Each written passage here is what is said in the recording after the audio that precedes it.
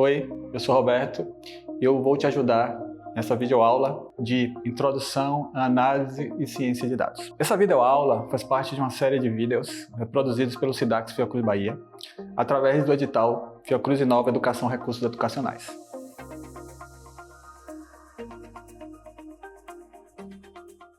Antes de a gente começar a videoaula de hoje, eu gostaria de me apresentar. Eu sou Roberto Carreiro, eu sou cientista da computação, mestre em Serviços e Sistemas da Sociedade da Informação. Atualmente lidero a plataforma de dados do SIDAX, tenho uma vivência de mais de 20 anos na área de TI e faço pesquisa na área de saúde digital. Os tópicos que a gente vai abordar hoje envolvem dados, informação e conhecimento, sistemas de informação, digitalização e sociedade e Big Data, definição e importância de ciência de dados e ciências de dados no SIDAX. Vamos começar por definições importantes, que são dados, informações e conhecimento. Esses três conceitos eles estão conectados e estão hierarquicamente sobrepostos, sendo que o primeiro deles é o dado. Um dado é um elemento bruto, né? Um símbolo, um número, um caractere. Uma informação é esse dado organizado e pré-processado que atribui significado a esse dado. E, por fim, o conhecimento é a compreensão dessa informação e o uso aplicado dessa informação. É importante destacar que o conhecimento ele está interrelacionado com o dado, porque ele permite uma melhor interpretação do dado, e está interrelacionado com a informação, porque ele permite que você elabore ela da melhor forma possível, e também o conhecimento permite o processo de aprendizado. Algumas características relacionadas com o dado: estruturas simples, fáceis de ser quantificados, facilmente transferidos. Informação, por outro lado, são os dados dotados de relevância e propósito, e requer uma unidade de entendimento e análise, e exige consenso em relação ao seu significado e necessita também a intermediação humana. Então, o conhecimento é a informação valiosa para a mente humana, ele é mais difícil de ser transferido e ele tem uma estruturação própria. Se nós entendemos esses três elementos como uma pirâmide, a base dessa pirâmide seria o dado, e para contextualizar essa informação, visualize um registro de saúde onde um paciente qualquer tem uma pressão arterial 19/10, por exemplo. O que seria a informação, né? Após avaliar um conjunto de registros, se chega à conclusão que pacientes com essa pressão arterial têm um risco aumentado em torno de 20% dessa população que foi analisada. O que seria o conhecimento? Seria, a partir disso, identificar correlação entre outras informações, por exemplo, correlacionar a pressão arterial com obesidade, falta de atividade física, e existiria um outro elemento acima. A sabedoria seria, com a base no conhecimento adquirido, você planejar uma intervenção que estimule a atividade física, uma alimentação saudável.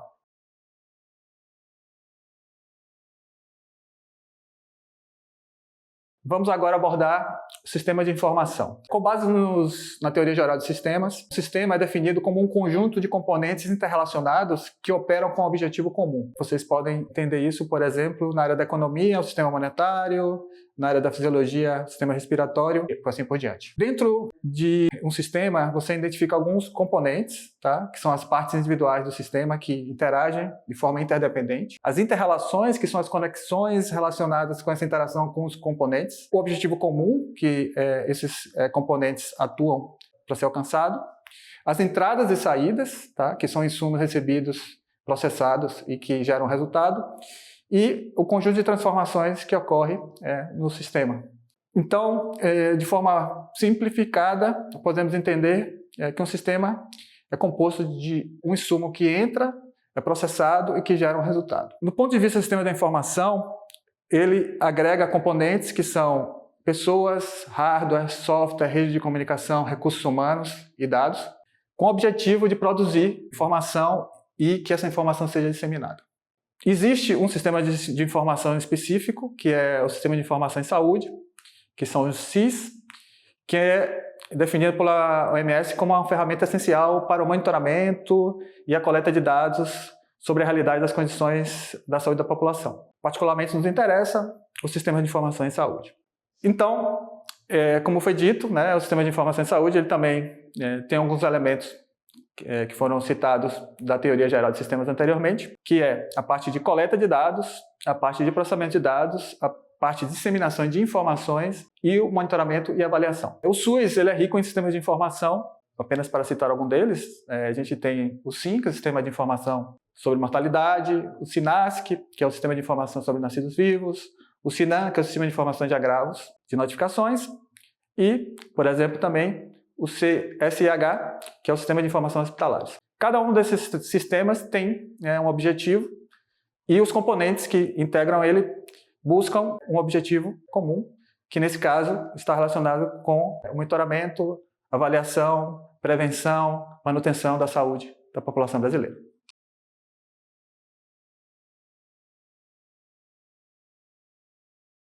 Cabe destacar dois elementos importantes também, que é o processo de digitalização da sociedade e o Big Data. O processo de digitalização da sociedade ele é inevitável, então hoje todos nós convivemos, né, e o processo de digitalização ele é intenso.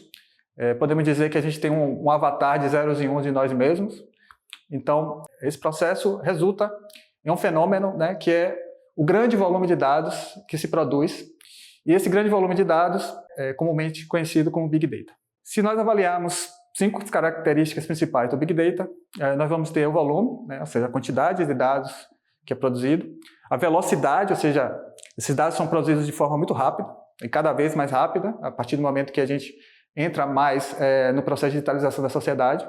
A variedade de dados e formatos. Existe um elemento importante, né, porque o valor do dado está quando esse dado é um dado verdadeiro, né, então se captura um dado que é um erro ou que é uma falha, esse dado vai gerar problemas na frente, então a veracidade dessa informação, a precisão é importante, e com o objetivo de gerar valor para a sociedade. Então, nós vimos que temos a escala, dado, informação, conhecimento. O objetivo aqui é que esse conhecimento seja aplicado e, se possível, de forma a ser sabiamente aplicado.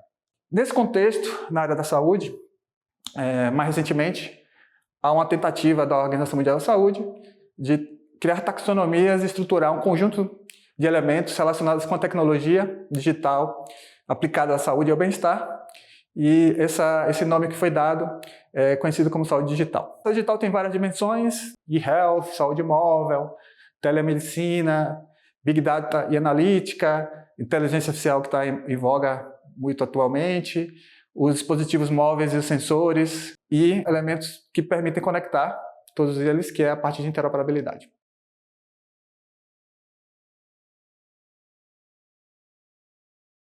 Visto todos esses tópicos, né, caberia agora fazer a definição e definir a importância da ciência de dados. Então, a ciência de dados é um campo interdisciplinar que utiliza métodos, processos, algoritmos, sistemas científicos para extrair conhecimento e descobertas que são aprendidas a partir da análise dos dados, sejam eles dados estruturados ou não estruturados. Os dados estruturados, eles possuem organização, por exemplo, um dado tabular, e os não estruturados são dados que são caóticos, não existe uma estruturação, e existe um terceiro que seria um mix, que seriam semi-estruturados. Então, existem 3 grandes áreas, tá, que atuam na ciência de dados. Uma delas é a ciência da computação, a outra é a parte da matemática e estatística, e, por fim, o conhecimento do domínio. Se estamos falando na área da saúde, por exemplo, o conhecimento em epidemiologia. Então, a ciência de dados congrega saberes dessas 3 áreas, por isso que se diz que ela é multidisciplinar, e também envolve tudo o que a gente ouviu relacionado com Big Data. Qual seria a importância, então, da ciência de dados? Ela é crucial nessa área digital, né, onde a quantidade de dados é gerada, como a gente viu, e sua importância reside na capacidade de transformar, né, de forma rápida e efetiva o dado que está sendo gerado em um conhecimento para que sejam tomadas decisões de forma sábia. Tem alguns elementos principais, né, que a gente identifica relacionados com a ciência de dados. Tem um campo multidisciplinar, né, que eu comentei, dessas áreas interconectadas, conjunto de tecnologias utilizadas, existe um conjunto de fundamentos teóricos que vêm dessas áreas multidisciplinares, né, que são ciência da computação, matemática e estatística, e área de domínio, né, por exemplo, ciência social é uma delas, e aplicações diversas, né, entre elas análise preditivas, inteligência de negócios, inteligência artificial, entre outros. Por exemplo, tem diversos usos da ciência de dados, né, em diversos campos, né. Na saúde, por exemplo, pode monitorar a epidemia e fazer análise de registros médicos, desenvolver tratamentos personalizados. Já na área de finanças, detecção de fraude, análise de risco, e assim por diante. Ela tem diversas aplicações em diversas áreas do conhecimento. A ciência de dados, ela estrutura um fluxo ou pipeline para que esse dado seja transformado em informação. E, posteriormente, a partir da confrontação dessa informação com os saberes e a capacidade humana, gerar o conhecimento e, posteriormente, a sabedoria. Então, tem a parte de coleta de dados, toda a parte de limpeza e preparação, a exploração inicial desses dados para entender como estão esses dados, a definição de modelos para fazer a análise correta desses dados, depois a verificação da validade dessas informações geradas a partir desses dados. Tem um conjunto de processos de implementações que permitem elocubrar sobre insights a partir dessas informações geradas e também todo o processo de monitoramento para que esse processo seja ajustado. Existem ferramentas, diversas áreas e grupos de ferramentas. Muitos de vocês devem ter ouvido falar sobre linguagem de programação como Python, R, SQL, bibliotecas e frameworks, TensorFlow, Pandas, NumPy, plataformas de Big Data para processar um grande volume de dados, como Spark, Elasticsearch, Hadoop, e também ferramentas de visualização, entre outras. Podemos encontrar o Matplotlib, Power BI, e essas ferramentas são importantes para que o trabalho do cientista de dados seja realizado. Mas não existe somente só o cientista de dados nesse conjunto de profissionais que estão envolvidos na ciência de dados.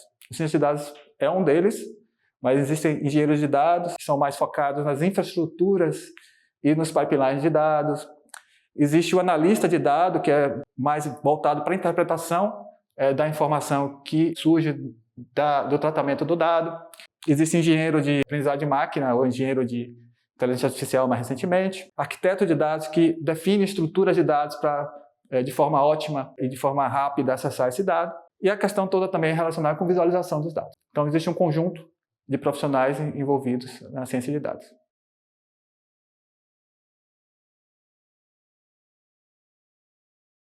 Por fim, a gente vai fazer a inter-relação entre a análise e ciência de dados com as atividades envolvidas no SIDAX. Essas estruturas que são utilizadas, esses componentes dentro do SIDAX, eles têm uma governança própria. Dentro do SIDAX chama-se plataforma de dados.